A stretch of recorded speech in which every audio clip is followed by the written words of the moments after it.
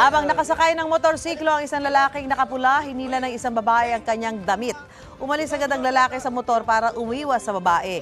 Maya-maya pa, sinipa ng babae ang motor. Nambato rin siya. Nangyari yan sa Barangay Banawang sa Calasiao, Pangasinan. Kwento ng lalaking barangay official, bigla na lang siyang hinarang ng babae at tumangkas sa kanyang motor.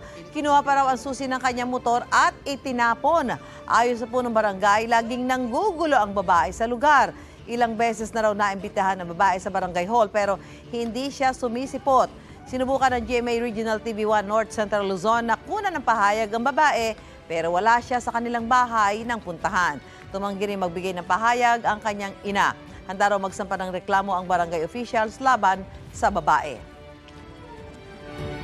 Mga kapuso, para una ka sa mga balita, mag-subscribe sa GMA Integrated News sa YouTube. Sa mga kapuso abroad, subaybayan niyo po kami sa GMA Pinoy TV at sa www.gmanews.tv.